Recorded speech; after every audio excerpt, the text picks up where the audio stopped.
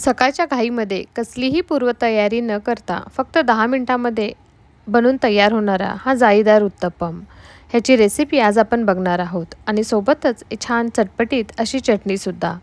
सकाळचा नाश्ता असो किंवा मुलांचा डब्बा, ह्याचा प्रश्न फक्त 10 मिनिटातच सुटणार. तर चला जास्त वेळ न घालवता रेसिपीला सुरुवात करूयात. ह्या रेसिपीसाठी 1 वाटी बारीक रवा. जर घरी बारीक रवा नसेल तर आपल्याकडे जो जाड रवा आहे त्याला एकदा मिक्सरमधून फिरवून घ्यायचं आणि 1 वाटी बारीक रव्यासाठी अर्धा वाटी दही ॲड करायचं. दही खूप जास्त आंबट असेल तर थोडंसं त्याचं प्रमाण आपण कमी करायचं. अर्धा वाटी दही ॲड केल्यानंतर अर्धा वाटी पाणी ॲड करून हे एक व्यवस्थित असं बॅटर मिक्स करून घ्यायचं. ह्या ठिकाणी सुरुवातीलाच खूप जास्त पाणी ॲड करायची गरज नाही. दही आणि पाणी ह्याचं प्रमाण, याची कन्सिस्टन्सी व्हिडिओत दाखवल्याप्रमाणे असली पाहिजे. त्यामध्येच आपण चवीनुसार मीठ ॲड करून घ्यायचं. ह्या ठिकाणी मी 1 चमचा मीठ ॲड केलं होतं आणि 1.5 चमचा आपण ह्यामध्ये तेल वापरायचं. आपण जे भाजीला फोडणीला वापरतो तेच तेल. तेल ॲड केल्यामुळे नाश्ता ड्राय होत नाही. खाताना तो एकदम छान सॉफ्ट असा लागतो आणि बराच वेळ तसाच सॉफ्टसुद्धा राहतो. हे बॅटर आपण फक्त 10 मिनिटासाठी झाकून ठेवायचं.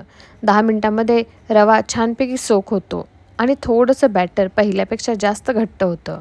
ह्या ठिकाणी आपल्याला उत्तप्प्याच्या कन्सिस्टन्सीनुसार पाणी ॲड करायचं आणि त्याला एकदा व्यवस्थित मिक्स करून घ्यायचं. ज्या पद्धतीने आपण नेहमी उत्तप्पा बनवतो त्याच पद्धतीची ह्याची कन्सिस्टन्सी असली पाहिजे. फक्त अर्धा चमचा खायचा सोडा ॲड केला होता.